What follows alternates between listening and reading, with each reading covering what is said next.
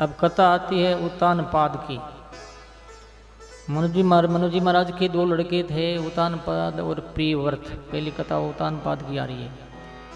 उत्तानपाद के सुरुचि और सुनीति दो रानियां थी। प्रत्येक जीव उत्तानपाद है। उत्तानपाद का मतलब हुआ कि पेट में, गर्भ में उनका पैर ऊपर सिर नीचे, पैर ऊपर होते हैं, सिर नीचे होता है, इसलिए उत्तानपाद कहते हैं ऐसे को। प्रत्येक जीव पैदा जब होते हैं ऐसे ही होते हैं, और पेट में भी रहते हैं तो इसी तरीका से रहते हैं। ऊपर पैर किए हुए, नीचे सिर किया हुआ, पूरा भयंकर दंड देते हैं। कितना भयंकर दंड है, माँ का नरक है गर्भ में, वहां रहना पड़ता है। दो रानियां सुरुचि और सुनीति। सुरुचि दो तरह की बुद्धि है प्रत्येक प्राणी में। सुरुचि मना मजा मौज लेना, ऐसा आराम करना, ईट ड्रिंक एंड बीमेरी, खाओ पियो मौज करो, ये सुरुचि उनकी रानी यानी बुद्धि। एक सुनीति, अच्छी नीति। सुरुचि के लड़का हुआ उत्तम, सुनीति के लड़का हुआ ध्रुव। उत्तम उत्कृष्टेन तमें अंधकार इत्यर्थ है उत्तम, माने अज्ञान, बहुत ज्यादा जिसमें अज्ञान है वही उत्तम है। उत्तम नाम अच्छा का भी है, उत्कृष्टेन उत्तम है, तो अच्छा का भी नाम है, बुरा का भी है। बुरा अच्छा क्या करना वो स्वयं जीव सोचे, स्वतंत्र है, वो कर सकता है। एक दिन की बात है, उत्तम राजा की गोद में बैठ गया। ध्रुव ने विचार किया मैं भी बैठूं। वो भी जब बैठने की कोशिश करने लगे, इतने में सुरुचि ने हाथ पकड़ लिया कि तू यहाँ इस गोद में नहीं बैठ सकता, इसका अधिकारी तो नहीं हो सकता। इसका अधिकारी होना है तो तपस्या कर और मेरे पेट से जन्म ले, उसके बाद ये गोद मिल सकती है। बड़ा दुख हुआ ध्रुव जी को। रोते हुए अपनी माँ के पास गए। माँ बोली बेटा क्यों रो रहा है? कि मैया मैं क्या बताऊं, माता जी ने मुझे ऐसा ऐसा कहा है, ऐसा बोला है। तो सुनीति अच्छी नहीं थी है ना। उसने विचार किया कि यदि मैं उसकी निंदा करूंगी मेरी शोक की, तो मेरे बेटे में गलत संस्कार पड़ जाएंगे, तो मेरे बेटे में गलत संस्कार नहीं पड़ना चाहिए। तो ऐसा बोल करके उसने कहा कि बेटा, उसने ठीक कहा तेरी माँ ने, अपने तपस्या नहीं की, अपने कर्म ऐसे हैं और वो ठीक कहती है। तब कहा माँ कोई ऐसा उपाय है कि मैं अपने पूर्वजों में जो भी कर्म किए हैं अच्छे बुरे, और जिस योनि में वो गए हैं या भगवत प्राप्ति हुई जो भी है, इन बुजुर्गों ने जो नहीं किया, ऐसा काम, बहुत बड़ा काम मैं कर सकता हूँ क्या? तो सुनीति कहती बेटा कर सकता, करता क्यों नहीं, को हो सकता है। वो भजन है भगवान का, उससे बड़ा कोई दुनिया में है नहीं, उससे बड़ा कोई सुहृद नहीं है। ये काम तो बहुत ही बढ़िया है। ध्रुव जी को कह दिया। ध्रुव जी जंगल में गए, नारद जी महाराज ने परीक्षा ली, परीक्षा में पास हो गए। तो ओम नमो भगवते वासुदेवाय मंत्र दिया और वो वृंदावन में जमुना के किनारे आकर के तपस्या करने लगे। 3 दिन के बाद में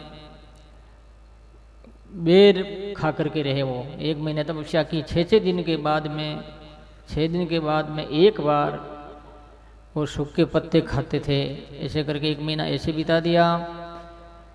इसी प्रकार से 9 दिन के बाद में केवल जल पी करके रहे। एक बार 9 दिन में एक बार जल पीना, 1 महीना ऐसे बिता दिया। और 4था महीना में 12 दिन के बाद में केवल हवा का भक्षण करना, हवा खाना, हवा खा करके 1 महीना बिताया। 5 मिनट में ध्यान में लग गए वो, और उनका श्वास रुक गया। ज़्यादा साधना करते हैं ना तो शरीर में कोई हलचल नहीं रहती, एक ही परमात्मा रहते हैं।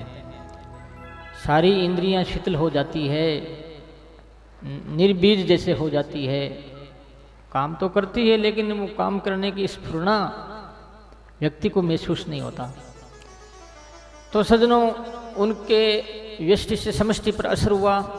ध्रुजी व्यष्टि है, देवता वगैरह सारी दुनिया समष्टि है, तो उनके भी श्वास रुक गए।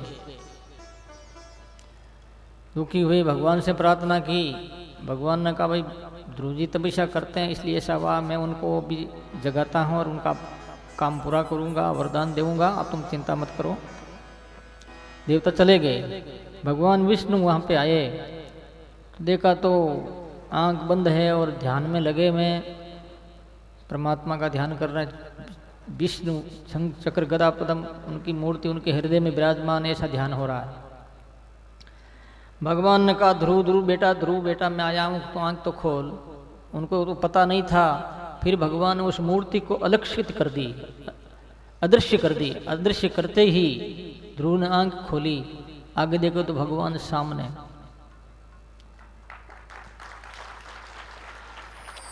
ध्रुव को बुलाना नहीं पड़ा, भगवान अपने आप ही आए। सज्जनों, बुलाने की आवश्यकता नहीं होती। हम पात्र जब बनते हैं तो अपने आप ही भगवान आ जाते हैं। योग्य लायक बने तब ना।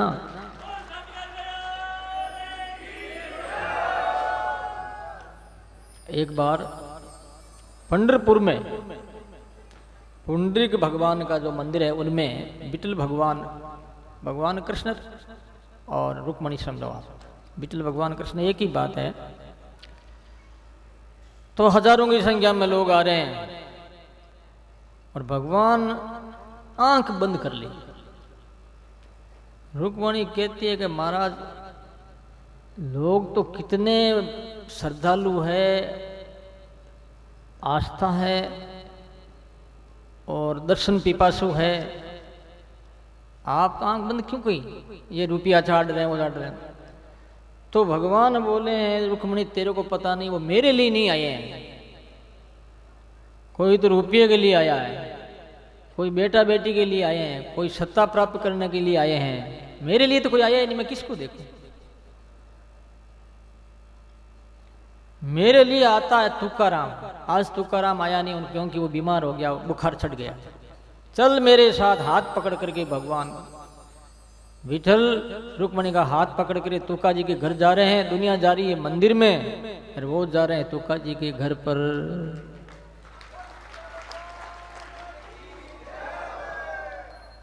देखिए आप भगवान की क्या लीला, क्या गतिविधियां हैं कि ये सब तो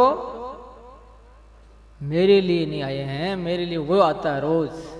आज आया नहीं, चलते उनके घर पर। ये तो भिखारी है, मांगने वाले हैं। मुझे नहीं मांगते हैं, मुझे मांगते तो मैं सब दे देता हूं, कहीं कोई है ही नहीं। फिर भगवान पधारे और ध्रुव जी ने देखा, साष्टांग दंडवत प्रणाम किया। आरती स्तुति करनी चाहिए लेकिन पढ़े लिखे थे नहीं, 5 वर्ष की उम्र है उनकी, क्या पढ़े। तो भगवान विष्णु ने मंत्र की बात समझ ली। वाणी जो है कपोल में बसती है, इस प्रकार से एक शंख लगाया गाल पर। शंख लगाते ही प्रकांड विद्वान बन गए वो और स्तुति करने लगे भगवान की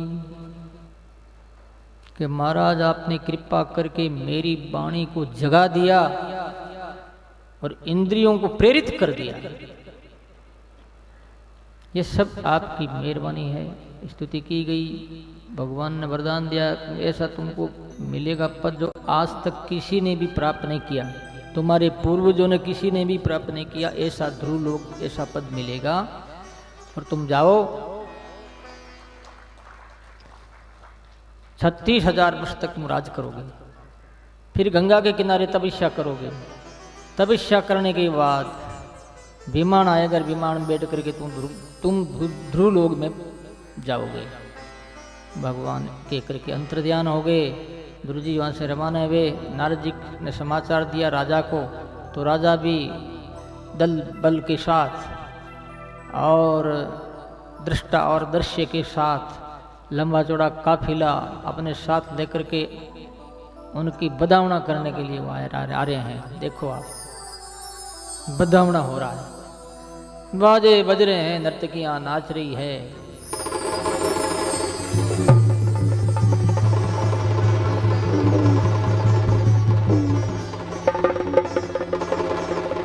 दुर्जी दौड़ दौड़ करके पहले भी माता को नमस्कार किया कि ये मेरी गुरु है, ये मुझे ऐसा मौका नहीं देती तो जंगल में जाकर मैं भजन नहीं करता, इस स्थिति को नहीं प्राप्त करता। इस वास्ते ये मेरी प्रथम गुरु है, मेरी माँ। वो बेचारी सेम गई, मन मन में रोने लगी। पिताजी को नमस्कार किया, पिताजी ने ऊपर उठा लिया गुरु को, प्यार कर लाड करने लगे। बड़ा आनंद आया, अपनी माँ को नमस्कार किया। छोटे बड़ों को सबके साथ में जो मिलने की प्रक्रिया है हमारी भारतीय संस्कृति के अनुसार सबसे मिले। उनको लेकर के गांव में पधारे, नगर में शोभा यात्रा निकाली गई, फिर राजमेल में ले गए। इस प्रकार से ध्रुव जी की ये शोभा हुई। देवता लोग भी देखने के लिए आए हैं।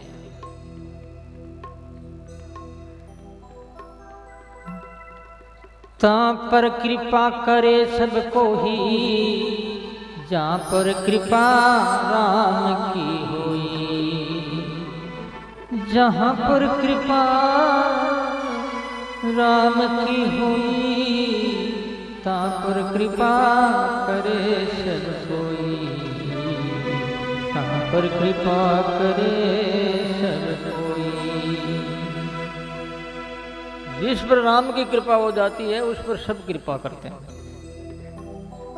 सजनों, राजा ने विचार किया वृद्ध अवस्था है और अब जंगल में जाके तपस्या करूं, यही हमारी शास्त्र नीति कहती है। तो ऐसा सोच करके ध्रुव जी का राज्याभिषेक कर दिया और खुद जंगल में तपस्या करने के लिए चले गए। प्रजापतेर दुहितरम शिशुमारस्य वै ध्रुवः, उपये में भ्रमिम नाम दक्षतो कल्पवत्सरो। ध्रुव जी महाराज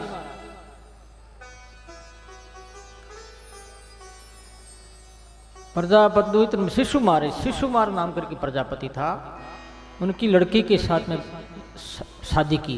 लड़की का नाम था भ्रमी। उससे वत्सर उपये में ब्रह्मी नाम तत्वत्सतो कल्प वत्सरो। कल्प और वत्सर दो लड़के हुए। वायु की एक लड़की इलाही, उसके साथ में एक शादी और की। उससे उत्कल एक लड़की जन्मी। उत्कल एक लड़का, एक कन्या हुई। बेला का, अपन बोलते नहीं बेला का, साथ में जुड़वे बच्चे हुए।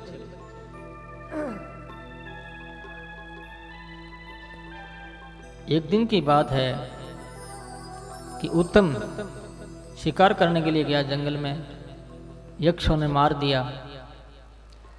तो ये समाचार सुन करके उनकी माँ जो सुरुचि थी वो भी मर गई। ध्रुव को बड़ा क्रोध आया। ध्रुव ने हमला किया, संहार किया, बदला लिया। मनु जी महाराज आ गए और मनु जी महाराज ने कहा नायम मार्गो साधु नाम श्री कृष्णानुवर्ती नाम। नायम मार्गो ही साधु नाम, ये मार्ग संत का नहीं है। तुमने तपस्या करके बहुत बड़े एक प्रतिष्ठित पद को प्राप्त हुए हो और अब इनको नरसंहार करना ये ठीक नहीं। बेटा तो मेरी बात मान ले। दादाजी की बात तो माननी पड़ेगी। मनु जी की बात मान ली, युद्ध विराम हो गया। अब वो कुबेर आया, यक्षों का अधिपति, वो वरदान देने के लिए कि ध्रुव जी ने तो आपने यक्षों को मारा है और न यक्षों ने आपको भाई को मारा है। उनकी ऐसी गति होनी, ऐसे कर्म थे, आप मेरे से वरदान मांग लीजिए। ध्रुव जी ने भगवान की भक्ति मांगी। भक्ति में ही सार है। सजनों, समय बहुत जल्दी से चला जाता है। 36,000 वर्ष हो गए। बात याद आ गई ध्रुव जी को कि भगवान ने मेरे को पहले इशारा किया था, तो अपने बेटे को राज दे करके, क्योंकि उत्कल ने तो लिया नहीं, वत्सर को राज दिया। छोटा होने पर भी वो राज करना नहीं चाहते थे, वो साधना करना चाहते थे। बेरे और पागल बना रह करके लोगों के सामने ऐसा वो दृश्य दिखाते थे जिससे कि लोग उनको पागल माने। तो वो जंगल में चला गया कि बहुत अच्छा हुआ, ध्रुव जी महाराज गंगा के किनारे आए हैं और साधना में लग गए। 12 वर्ष तक साधना की, भगवान का विमान आया और पार्षद कहते हैं ध्रुव जी महाराज से, आपका बोला हम आए हैं, भगवान